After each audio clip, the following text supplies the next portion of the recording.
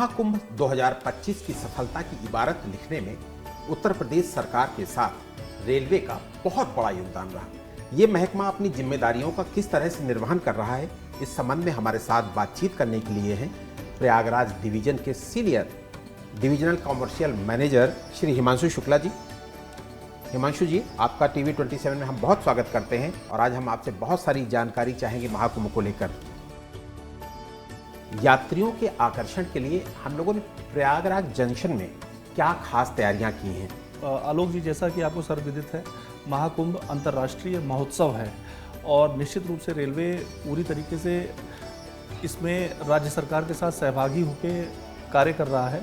हमने प्रयागराज जंक्शन में बहुत सारी यात्री सुविधाएं क्रिएट करी हैं, जैसे sleeping pods, rail coach restaurants, then अच्छे और सुविधाजनक AC waiting halls, executive lounges, नए नए प्रकार की खाने पीने की जो सुविधाएं हैं। कुछ विशेष तरीके की साज सज्जा भी की गई है जिससे कि यात्री महाकुंभ को लेकर आकर्षित हो। निश्चित रूप से प्रयागराज जंक्शन को एंट्री एग्जिट दोनों तरफ से काफ़ी मॉडिफाई किया गया है, सजाया गया है और 4 साल तक चलने वाला जो प्रयागराज जंक्शन को रीमॉडल करने का जो प्रोजेक्ट है वो भी अपनी गति पर काफ़ी अग्रसारित हो चुका है। प्रयागराज के सिविल लाइन साइड में आपने देखा होगा G+2 एक बहुत बड़ी बिल्डिंग वो निर्माणाधीन है, जो 12 मीटर के फुट ओवर ब्रिज हैं चौड़ाई के, वो भी अपने महत्तम सीमा पर लगातार उस पर वर्क इन प्रोग्रेस है।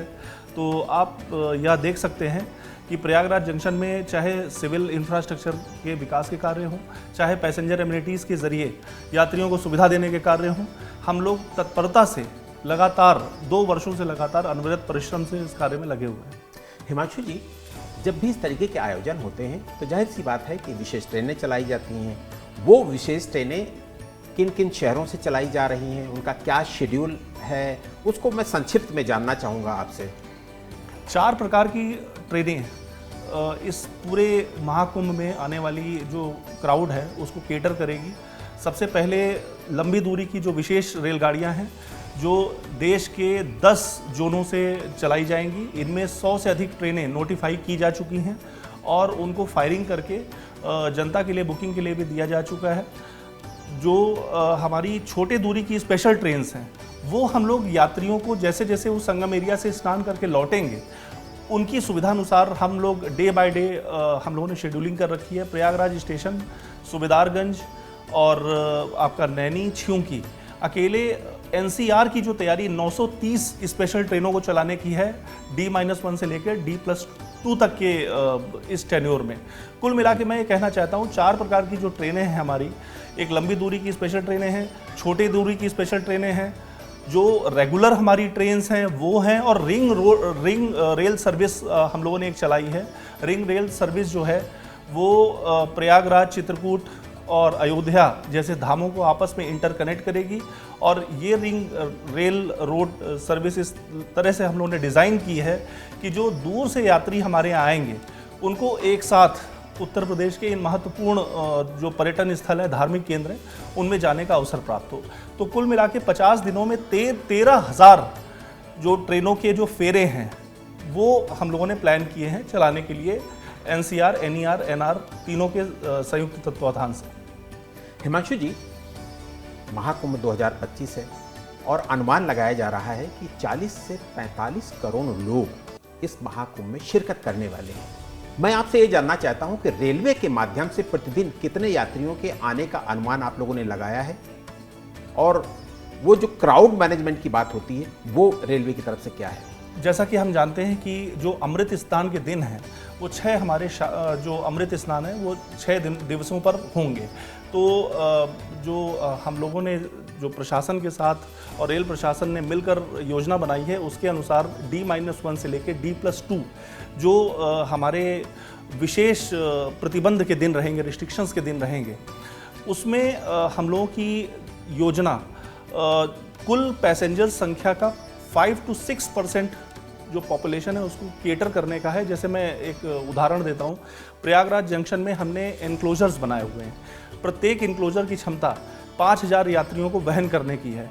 इनक्लोजर्स में 16 प्रकार की सुविधाएं दी गई हैं, जैसे मोबाइल चार्जिंग पॉइंट्स दिए गए हैं, यात्रियों के लिए केटरिंग सर्विसेज उपलब्ध कराई गई हैं, इमरजेंसी जो मेडिकल ऑब्जर्वेशन रूम्स हैं वो खोले गए हैं। इस प्रकार की 16 सुविधाएं हम लोगों ने केवल इनक्लोजर्स में उपलब्ध कराई हैं। आरक्षित जो यात्री रहेंगे उनको आने जाने के लिए अलग हम लोगों ने जर्मन हैंगर्स लगाए हुए हैं। कुल मिला के अकेले प्रयागराज जंक्शन एक बार में जो होल्डिंग कैपेसिटी है उसकी 25,000 यात्रियों की है। साथ में हमने बाहर भी होल्डिंग एरियाज डेवलप किए हैं, जैसे खुसरोबाग हमारा जो होल्डिंग एरिया है लगभग 1.5 लाख श्रद्धालुओं को एक साथ एकत्रित रख सकता है और वहाँ पर उनको साइनेजेस वगैरह के माध्यम से हमारे जो आरपीएफ, जीआरपी और जो कॉमर्शियल स्टाफ हैं उनके माध्यम से हम लोग किस दिशा में उनको जाना है, और गाइडेड टूर है, कोई भी पब्लिक अपने आप से नहीं जाएगी, गाइडेड टूर है। जो हमारी पुलिस है, कॉमर्शियल स्टाफ है, वो उनको लेकर सही बाड़ों में जो कि कलर कोडेड हैं उनमें बैठाएंगे। वहाँ से कंट्रोल रूम से कोऑर्डिनेशन करके, समन्वय स्थापित करके स्पेशल ट्रेनों में बैठाएंगे और बहुत ही सुरक्षित और वहनीय तरीके से उनको ट्रांसपोर्ट कराएंगे। हिमांशु जी, जब भी इस तरीके की बड़े आयोजन होते हैं हम लोग हमेशा देखते हैं कि स्टेशनों में खाने पीने की चीज़ें घट जाती हैं, जो कि लाखों लोग एक एक दिन में कई लाख लोग स्टेशन से आते और जाते हैं। ऐसी व्यवस्था कुछ रेलवे की तरफ से की गई है कि वहाँ जो स्टेशन में आने वाले लोग हैं उनको खाने पीने का सामान मुहैया हो सके, और कुछ विशेष खाने पीने की व्यवस्था की गई है? आपका बहुत ही अच्छा प्रश्न है। जो यात्री आश्रय हमने बनाए हैं वो 15 यात्री आश्रय हैं, जिनमें स्वादिष्ट अला कार्टे मील्स की उपलब्धता रहेगी। जो गरम भोजन है, गरम चाय है, गरम कॉफ़ी है, ये उपलब्ध रहेगा। देन उसके बाद जो स्टेशंस हैं, स्टेशंस में हम लोगों ने IRCTC और ख़ुद हम लोगों ने डेवलप किए हैं। तो हमारे जो मल्टीपर्पज़ स्टॉल्स हैं, जो बड़े फूड आउटलेट्स हैं, अभी फास्ट फूड यूनिट्स हम लोगों ने जैसे छियोंकी में खोली है, रिफ्रेशमेंट रूम्स अभी हमने छियोंकी में खोले हैं, नए प्रयागराज में खोले हैं। इस प्रकार से प्रत्येक स्टेशन में हम लोगों ने पूरे कैलकुलेशन के साथ कि कितने पानी की हमको स्टैकिंग करनी पड़ेगी, आवश्यकता पड़ेगी, कितने फूड अवेलेबिलिटी की आवश्यकता पड़ेगी। इसी क्रम में आपको मुझे बताते हुए बड़ा हर्ष हो रहा है कि रेल कोच रेस्टोरेंट्स भी हम लोगों ने खोल रखे हैं। किसी भी किस्म की यात्रियों को भोजन की, पानी की सुविधा की, इलेक्ट्रिसिटी, मोबाइल चार्जिंग पॉइंट्स, ऐसे किसी भी आवश्यकता की उनको कमी नहीं होने दी जाएगी। हिमांशु जी, कुंभ में आने वाले यात्रियों के लिए रेलवे की तरफ से कहें या IRCTC की तरफ से कहें, क्या ठहरने का इंतजाम किया गया है और कितने लोगों के ठहरने का इंतजाम रेलवे और IRCTC की तरफ से किया गया है? IRCTC ने संगम एरिया में अपने जो टेंट सिटीज़ हैं उनके माध्यम से वो बुकिंग कर रहे हैं, और जो श्रद्धालु हैं उनको IRCTC की साइट पे जाके वो लोग अपने जो टेंट्स हैं, कॉटेजेस हैं, उनको बुक कर सकते हैं। रही बात अगर रेलवे के द्वारा यात्रियों को वहनीय सुविधा रहने की उपलब्ध कराने की, तो हम लोगों ने अपने यहाँ स्लीपिंग पॉड्स खोल रखे हैं, और चूँकि हमारे यहाँ जो मैक्सिमम यात्री श्रद्धालु आएंगे वो दर्शन यहाँ पर स्नान करके और संगमनोज और नाग वासुकी मंदिर आदि का दर्शन करके यहाँ से हमारे विभिन्न स्टेशंस के माध्यम से जाएंगे, तो उनके रहने के लिए बहुत सुरक्षित, हवादार और गर्म इस तरह के हम लोगों ने इनक्लोजर्स बना रखे हैं, यात्री आश्रय बना रखे हैं, जहाँ पर वो बड़े सुरक्षित तरीके से और वहनीय तरीके से वहाँ पर अपना समय बिता सकते हैं। और साथ ही हम लोगों ने ये व्यवस्था की है कि यात्री को हमारे वेट ना करना पड़े। श्रद्धालु हमारे यहाँ जिस दिशा में अपनी स्पेशल ट्रेन्स के माध्यम से जाना चाहते हैं, वो स्पेशल ट्रेन्स हम लोग निश्चित प्लेटफॉर्मों पे पहले ही प्लेस करा देंगे। और हमारे यहाँ जो कंट्रोल रूम में जो कार्यरत कर्मचारी हैं, चाहे वाणिज्य विभाग के, परिचालन विभाग के, रेलवे सुरक्षा बल के, वो गाइडेड एस्कॉर्टिंग टीम के द्वारा उनको ले जाएंगे और पहले से ही वहाँ पर प्लेस की गई स्पेशल ट्रेनों में यात्रियों को बैठाएंगे और सुरक्षित तरीके से उनका परिवहन सुनिश्चित करेंगे। तो आपने बहुत अच्छी बात बताई है कि यात्रियों को कैसे ट्रेन तक पहुंचाना है और उनको कैसे बताना है कि उनका गंतव्य क्या है। ये तो आपने बहुत अच्छी बात बताई, लेकिन मैं आपसे ये भी जानना चाहता हूं कि क्या ऐसी भी कोई व्यवस्था रेलवे की तरफ से की गई है जिसमें कि यात्री अगर स्टेशन तक पहुंचते हैं और स्टेशन से उन्हें संगम तक ले जाने, उनको स्नान करा के वापस लाने तक की कोई ऐसा प्लान या ऐसा कुछ IRCTC की तरफ से या फिर रेलवे की तरफ से कुछ ऐसी व्यवस्था की गई है क्या? रेलवे स्टेशन से यात्रियों को परिवहन कराने के लिए, जैसा कि आपको पता होगा, माननीय मुख्यमंत्री जी ने भी कुछ दिनों पहले यहाँ पर आकर घोषणा की थी कि वो परिवहन जो निगम है उनकी बसेस चलाएगा और रेलवे स्टेशन से विभिन्न जो संगम के अलग अलग उप क्षेत्र हैं, पूरा जो संगम क्षेत्र है, जैसा कि आपको पता है, माननीय मुख्यमंत्री जी ने उसको एक जिले का दर्जा दे दिया है और 25 सेक्टर में बांटा है। तो प्रत्येक सेक्टर से रेलवे स्टेशन की तरफ उन्होंने बसेस को चलाने के निर्देश दिए हैं और हमारा और स्टेट गवर्नमेंट का बहुत अच्छा तालमेल है और हम लोग इस व्यवस्था में पूरी तरीके से उनको सहयोग देंगे और इस व्यवस्था की सफलता को सुनिश्चित करेंगे। हिमांशु जी, संगम तट में भी रेलवे की तरफ से कोई व्यवस्थाएं की गई हैं? नोज के पास रेलवे ने अपने टिकटिंग काउंटर्स खोले हुए हैं ताकि वहाँ जो श्रद्धालु हैं वो सभी 9 स्टेशंस के माध्यम से अपने यूटीएस अनारक्षित और आरक्षित दोनों किस्म के टिकट्स को वहीं पर सुविधाजनक तरीके से ले सकें। साथ ही आपको ये जानकर हर्ष होगा कि जो यूटीएस टिकट्स जिनका पीरियड 3 घंटे का होता है वैलिडिटी, उसको भी रेलवे बोर्ड ने 6 घंटे का कर दिया है ताकि एक लोगों के पास एक टाइम का कुशन रहे और वो वहाँ पर टिकट जनरेट करा के देन अपने अपने स्टेशन से आगे की यात्रा कर सकें। हिमांशु जी, प्रयागराज में कुल कितने स्टेशन हैं जंक्शन के अलावा, और वहाँ पर क्या क्या तैयारियाँ की गई हैं? और अनुमानित यात्रियों का अगर मैं आपसे जानना चाहूँ कि प्रयागराज स्टेशन यानी कि जो जंक्शन है वहाँ पर कितने यात्री आएंगे, बाकी जो स्टेशन है वहाँ पर कितने कितने यात्रियों की तैयारियाँ की गई हैं? जैसा कि आपको विदित है, यहाँ पर 3 जोन के स्टेशंस इस्टेब्लिश्ड हैं। हमारे संगम पूरे परिक्षेत्र से जितने यात्री स्नान करके और दर्शन करके बाहर आएंगे वो अपने नियर बाय जो स्टेशंस हैं वहाँ से अपनी यात्रा सुनिश्चित कर सकेंगे। जैसे नागवासुकी मंदिर के आसपास का जो सेक्टर 8, सेक्टर 9 इस प्रकार का जो क्षेत्र है, वहाँ के जो श्रद्धालु हैं वो प्रयाग जंक्शन हो गया, फाफामऊ जंक्शन हो गया, संगम हो गया, प्रयागराज संगम, वहाँ से अपनी यात्रा सुनिश्चित कर सकेंगे। झूंसी और उसके आसपास के जो एरिया के जो श्रद्धालु हैं उनके जाने के लिए झूंसी और जो प्रयागराज रामबाग वहाँ से व्यवस्था सुनिश्चित की गई है। संगम नोज और जो ये प्रमुख एरिया है जहाँ हमारे जो लेटे हनुमान मंदिर जहाँ पर स्थापित है, वहाँ से हम लोग प्रयागराज जंक्शन और सुबेदारगंज यहाँ के माध्यम से परिवहन सुनिश्चित करेंगे। साथ साथ अरैल घाट में जो दर्शनार्थी जाएंगे वहाँ से लौटते हुए वे नैनी और छ्यूंकी, प्रयागराज छ्यूंकी, इन दोनों स्टेशंस के माध्यम से अपनी यात्रा को पूर्ण कर सकते हैं। हिमांशु जी, इस महाकुंभ में लगभग 6,000 करोड़ रुपया खर्च हो रहा है। मैं रेलवे की बजट अगर आपसे बात करूं तो रेलवे का बजट कितना इसमें शामिल है? अकेले उत्तर मध्य रेलवे ने जितना खर्च किया है, कंस्ट्रक्शन डिपार्टमेंट ने जितना खर्च किया है, ब्रिजेस वगैरह का सब लगा के 2,500 करोड़ से ज़्यादा का मुझे लगता है कि इसमें खर्च हुआ है। हिमांशु जी, ऐसे जब भी आयोजन होते हैं जहां पर लाखों लोग एक दिन में आते जाते हैं, हम लोगों ने कई बार ऐसी स्थितियां देखी, इसलिए मैं आपसे ये सवाल कर रहा हूं कि अगर किसी भी परिस्थिति में कोई भगदड़ मचती है तो उसके लिए रेलवे की तरफ से क्या तैयारियां हैं? देखिए, भगदड़ मचने की जो संभावना है, आपका जो प्रश्न है बहुत ही वैलिड है। भगदड़ मचने की संभावना उसी परिस्थिति में हो सकती है जब या तो ट्रेन का प्लेटफॉर्म लास्ट मोमेंट में चेंज कर दिया जाए, या फिर प्लेटफॉर्म में आवश्यकता से अधिक यात्री हों, या जो यात्री हैं उनका जो मूवमेंट है वो अलग अलग ना होके एक निश्चित दिशा में ना हो के कट क्रॉस मूवमेंट हो।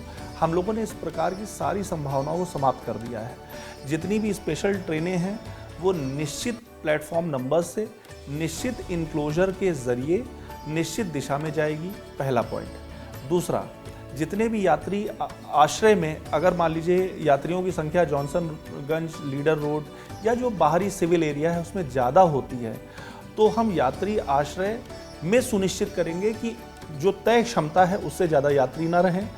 जो यात्री आश्रय तभी खोला जाएगा जब हमारा प्लेटफॉर्म क्लियर होगा, एफओबी हमारा क्लियर होगा। तो इस प्रकार की जो हम लोगों ने ट्रेनिंग अपने स्टाफ को लगातार हम लोग 6 महीने से दे रहे हैं, जिसमें सिविल डिफेंस, स्काउट्स, जिसमें सिक्योरिटी, कमर्शियल स्टाफ आदि की नियुक्ति की गई है। एक एक प्लेटफॉर्म पे 50 से 55 पुलिस के जवान, प्लेटफॉर्म मैनेजर, 12 के आसपास TC with neck bands, loud speakers और बैरिकेडिंग सॉफ्ट बैरिकेडिंग होगी, जिसको कि यात्रियों को दिशा देने के काम में लाया जाएगा। यहाँ तक कि हम लोगों ने फुटप्रिंट्स जो हैं वो भी इंश्योर किए हैं कि फुटप्रिंट्स भी जिन एफओबी से लोगों को जाना है वो उसी रंग के हों जिस रंग के बाड़े में वो लोग बैठे हुए हैं। जैसे अगर कानपुर किसी को जाना है प्रयागराज जंक्शन से, तो यहाँ उसको जो टिकट्स दिए जाएंगे उसमें हरे रंग के टिकट होंगे या हरे रंग का साइनेज होगा, हरे रंग के बाड़े में वो बैठेंगे और जिस एफओबी से वो जाएंगे वहां पर जो कदम ताल करते हुए जो दिशीय चिन्ह हम लोगों ने लगाए हैं वो भी हरे रंग के बिल्कुल ही हैं। ये जो कलर सिस्टम आप लोगों ने चालू किया वो निश्चित रूप से उससे यात्रियों को बहुत बड़ा लाभ मिलेगा। लेकिन एक बहुत इंपॉर्टेंट सवाल ये है, कुंभ में लाखों लोग आते हैं, देश और दुनिया के लाखों लोग आते हैं, उनमें से पश्चिम बंगाल के भी लोग होंगे, उड़ीसा के भी लोग होंगे, साउथ के लोग भी होंगे, साउथ इंडिया के लोग भी आएंगे। यहाँ पर अनाउंसमेंट हम लोग देखते हैं रेलवे की तरफ से या तो हिंदी में होता है या अंग्रेजी में होता है। ऐसे लोगों के लिए, चाहे वो पश्चिम बंगाल के लोग हों या उड़ीसा के लोग हों या फिर साउथ इंडिया से आए हुए लोग हैं, उनको कैसे आप बताएंगे उनकी भाषा में कि उनकी ट्रेन कितने बजे है, किस स्टेशन से मिल रही है? इसके लिए कोई रेलवे ने इंतजाम किए हैं? पहली बार रेलवे ने मल्टीलिंगुअल सॉफ्टवेयर सिस्टम डेवलप किया है। मल्टीलिंगुअल सॉफ्टवेयर सिस्टम, जितनी भी ट्रेन्स हमारी बहुत सुदूर दिशा से आ रही है, मान लीजिए मुंबई से आ रही है, सूरत से आ रही है, बेंगलोर से आ रही है, या ऐसी डिस्टेंस जो 12 घंटे से ज़्यादा है और अलग अलग राज्य के लोगों को लेते हुए केटर करते हुए आती है, तो हमारा जो सॉफ्टवेयर है वो डेटा को कैच करता है कि किस किस राज्य की या किस किस भाषा की जनता उसमें ट्रैवल कर रही है, और हमारा जो सॉफ्टवेयर है वो उसी भाषा में, हिंदी इंग्लिश के अलावा, जिन राज्य की जनता उसमें ट्रैवल कर रही है या करेगी उसी भाषा में वो सॉफ्टवेयर अनाउंसमेंट होगा, इनक्लोजर्स में होगा, प्लेटफॉर्म्स में होगा, जब वो ट्रेन अराइवल होगी या डिपार्चर होगी। तो इस प्रकार की व्यवस्था पहली बार हम लोगों ने डेवलप की है, जिसमें भारत की सभी जो संविधान में जिनको राजभाषा का दर्जा प्राप्त है उन सभी भाषा में हम लोग अनाउंसमेंट कर सकते हैं। हिमांशु जी, बड़ा आयोजन है, इसमें जाहिर सी बात है कि जो प्रयागराज डिवीजन के रेलवे कर्मचारी होंगे वो पर्याप्त नहीं होंगे। ऐसे में बाहर से लोग भी रेलवे कर्मचारियों को बुलवाया गया है, और कितने कर्मचारियों को बुलवाया गया है और उनके लिए क्या व्यवस्था की गई है और उनकी क्या क्या जिम्मेदारियां होंगी? निश्चित रूप से इतने बड़े आयोजन के लिए जो रेलवे के अदर जोन्स हैं, डिवीजन्स हैं, वहाँ से अधिकारियों और कर्मचारियों को बुलाया गया है। कर्मचारी यांत्रिक विभाग, परिचालन विभाग, वाणिज्य विभाग सहित रेलवे के जितने अन्य इंटरनल डिपार्टमेंट्स हैं उनसे संबंधित जो स्ट्रेंथ है उसको बुलाएगी। लगभग 10,000 के आसपास स्टाफ और अधिकारी इतने मिला के हम लोग यहाँ पर एकोमोडेट करेंगे। उनको हम लोगों ने अच्छे रूम्स दे रखे हैं, फ्लैट्स दे रखे हैं, जर्मन हैंगर्स दे रखे हैं। उनकी आरपीएफ के लोग भी शामिल हैं? आरपीएफ के लोग भी शामिल हैं, और ये जो सुरक्षा बल हैं इनको अच्छी भोजन की व्यवस्था, रहने की व्यवस्था, ताकि वो लोग अपने मानसिक एक कंसोलिडेशन के साथ और अपने एक पूरा उनका दिलो दिमाग एक शांत रहे और उनको कार्य करने की अच्छी परिस्थिति हम लोग दे सकें।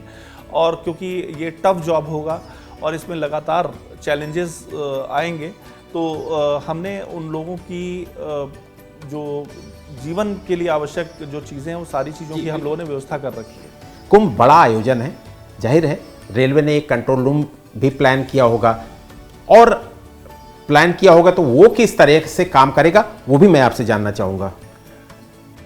श्रद्धालु संगम एरिया से ट्रेन के माध्यम से, स्पेशल ट्रेनों के माध्यम से स्टेशन से जाएंगे।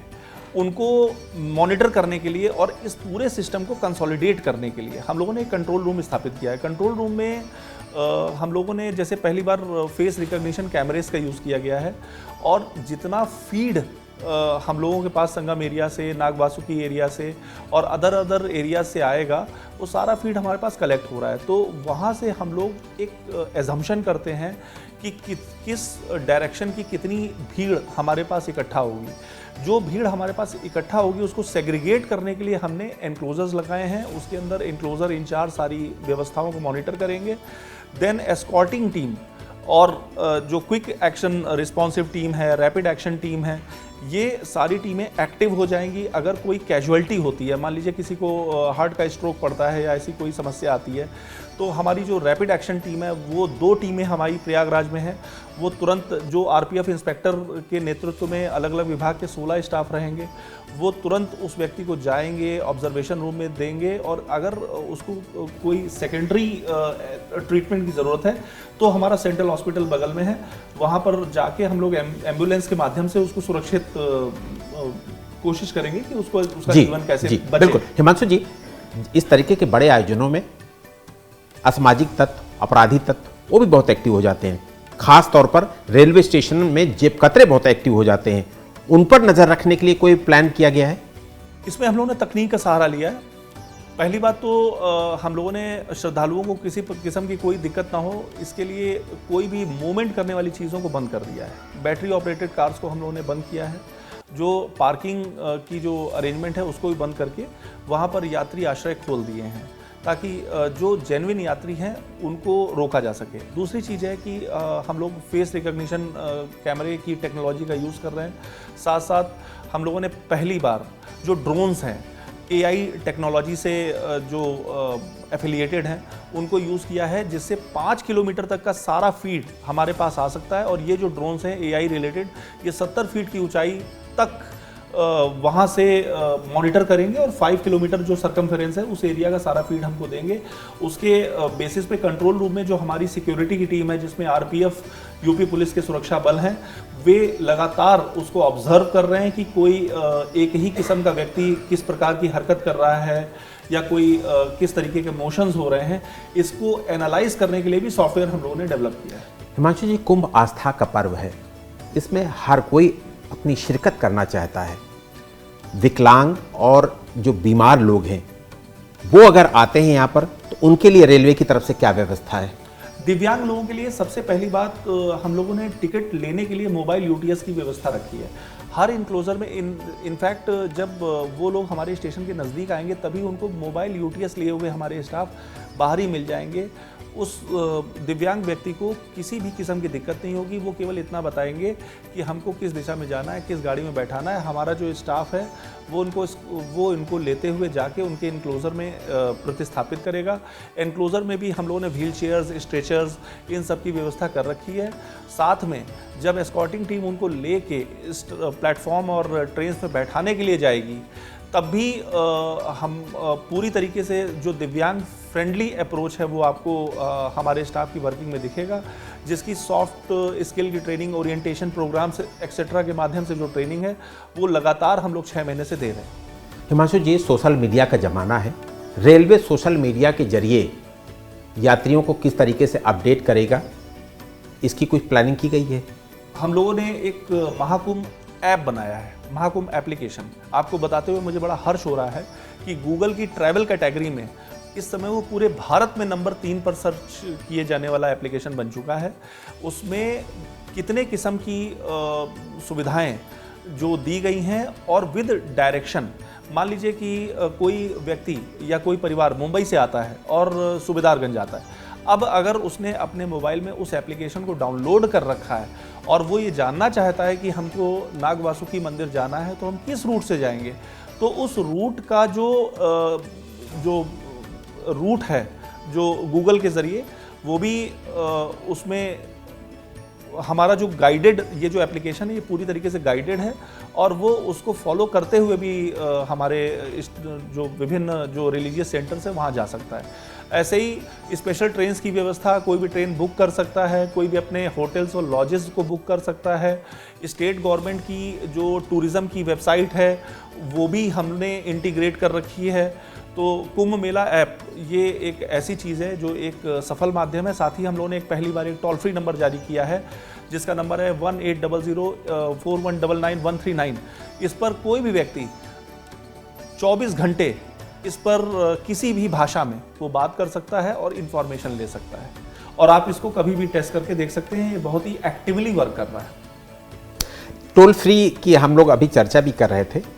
टोल फ्री में और क्या क्या लोग जानकारी ले सकते हैं, ये मैं संक्षिप्त में आपसे जानना चाहूँगा। टोल फ्री नंबर में अभी तक हम लोगों ने जो ट्रेंड देखा है, तो लोग बेसिकली ये पूछते हैं कि मैं आंध्र प्रदेश से बोल रहा हूँ, तो मुझे संगम स्नान करना है, तो मेरी कौन सी स्पेशल ट्रेन रहेगी, मैं किस ट्रेन से आ सकता हूँ, मेरे यहाँ ठहरने की व्यवस्था क्या रहेगी, अगर मेरे साथ कुछ बुज़ुर्ग लोग हैं, कुछ दिव्यांग लोग हैं, तो क्या स्टेशन पे हमको व्हीलचेयर अवेलेबल हो सकती है। इस प्रकार के प्रश्न ज़्यादा आते हैं।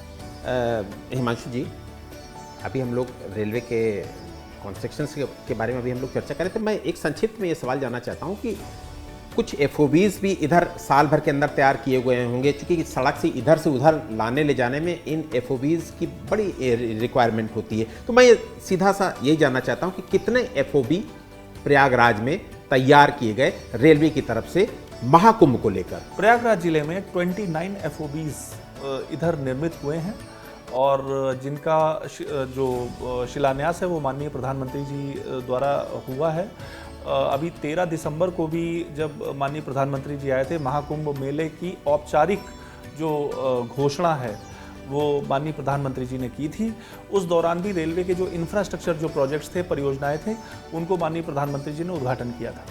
स्लीपिंग पॉड्स की अभी आप चर्चा कर रहे थे, मैं अपने दर्शकों को अगर ये कहूँ कि अब मेरे दर्शकों को आप ये बताएं कि वो कैसे मिलेंगे स्लीपिंग पॉड्स, संक्षिप्त में। हमारे जो टोल फ्री नंबर है, टोल फ्री नंबर पर आप कॉल करें। टोल फ्री नंबर आपको स्टे करने की जो सुविधाएं हैं उसमें हमारे यहाँ क्या क्या अवेलेबल है और स्टेट गवर्नमेंट में क्या क्या अवेलेबल है, टूरिज्म डिपार्टमेंट के द्वारा, आईआरसीटीसी के द्वारा, इसकी सूचना टोल फ्री नंबर पर आपको दे देगा। स्लीपिंग पॉड्स के जो संचालक हैं उन लोगों का नंबर आपको दे देगा, आप लोगों को बता देगा क्या सुविधाएं उपलब्ध हैं, वहाँ पर किस तरीके से फैसिलिटीज़ को आप यूज़ कर सकते हैं। साथ ही यात्री सुविधा केंद्र हम लोगों ने खोले हुए हैं, उनसे भी आपको कनेक्ट कर देगा। और इस तरीके से बहुत सारे यात्री लगातार इसका उपयोग भी कर रहे हैं और लगातार हमको इसकी सफलता की भी सूचना लगातार प्राप्त हो रही है। हिमांशु जी, अंतिम मैं आपसे ये चाहूँगा कि कुंभ में जो ट्रेन के जरिए यात्रा करने वाले लोग हैं उनको संक्षिप्त में आप क्या संदेश देना चाहेंगे? भारतीय रेल ने हमेशा जोड़ने का काम किया है और महाकुंभ से बड़ा जोड़ने वाला पर्व कोई हो नहीं सकता। तो दोनों का मंतव्य एक है, गंतव्य एक है, दोनों की आत्मा एक है। तो भारतीय रेल का उपयोग करें और हम लोगों को सेवा का अवसर प्रदान करें। धन्यवाद। हिमांशु शुक्ला जी, आपने हमारे तमाम सारे सवालों का बखूबी जवाब दिया। आपका भी मैं बहुत शुक्रिया करूंगा और इस पूरे महाकुंभ में समय समय पर आपसे बातचीत करके महाकुंभ की अपडेट भी लेता रहूंगा। धन्यवाद।